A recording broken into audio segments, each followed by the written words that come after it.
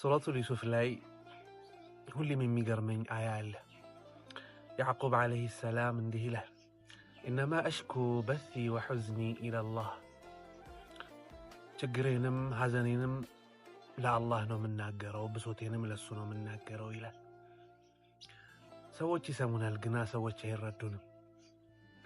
ሰዎች ይሰሙናል፣ ያዝኑልናል፣ ግን ምንም ሊያደርጉልን አይችሉም። ግን ወደ አላህ መጠጋት፣ ወደ እሱ መዞር የማይቻለው እንዲቻል ያደርግልናል። ማንም የማይረዳንን አላህ ግን ይረዳናል። የልባችንን ይመለከታል። ውስጣችን ያለውን ከመናገራችን በፊት የሚረዳን የሚሰማን ጌታ አላህ አለን። አልሐምዱሊላህ። እንባችን ከመፍሰሱ በፊት ለምን እንደሚፈስ ጠንቅቆ የሚያውቅ ጌታ አላህ አለን። ሰዎች የማይችሉትን አላህ ሁሉንም ያደርጋል።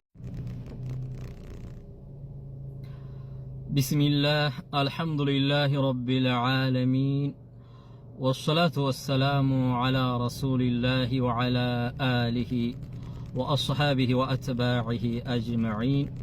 ውድ የሶሻል ሚዲያ ተከታታይ ወንድምና እህቶቼ ዛሬ ፈድሉል ከስቢ ቢዓመሊል የዲ፣ በእጅ ስራን በርትቶ ሰርቶ ራስን ችሎ መኖርን ያለውን ጥቅምና ስራን በርትቶ አለመስራት፣ ስራን ችላ ማለት የሚያመጣውን የኑሮ መስቀልቅልን በተመለከተ የተወሰኑ ሐዲሶችን እናያለን። እስከ መጨረሻው ድረስ ተከታተሉኝ።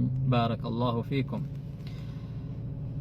አቢ ሁረይራ ረዲየላሁ ዐንሁ ባስተላለፈው ሐዲስ በሶሒሑል ቡኻሪ ውስጥ أن رسول الله صلى الله اهتز قلبي لما عرفت أن أهل النار يطلبون 4 أماني بعد عذاب طويل. القرآن الكريم وصفهم في 4 مشاهد. الأمنية الأولى يطلبونها من الله سبحانه وتعالى: ربنا أخرجنا منها فإن عدنا فإنا ظالمون. يريدون الخروج من النار فيرد الله عليهم: قال اخسأوا فيها ولا تكلمون. بعد هذه الأمنية ييأسوا. بعد أن يئسوا وعلموا أن لا مخرج لهم من النار يطلبون الأمنية الثانية. الأمنية الثانية يطلبونها من مالك خازن النار: ونادوا يا مالك ليقضي علينا ربك. يطلبون من مالك خازن النار أن يشفع لهم ليموتوا. يريدون أن يموتوا ليرتاحوا من العذاب فيرد عليهم مالك: قال إنكم ماكثون. بعد ذلك يتوجهون بأمنيتهم الثالثة إلى خزنة النار ويطلبون منهم أمنية عجيبة تقشعر منها الأبدان. ما هي هذه الأمنية؟ وقال الذين في النار لخزنة جهنم ادعوا ربكم يخفف عنا يوما من العذاب. يريدون أن يرتاحوا يوما فقط، يوما من العذاب، فيأتيهم الرد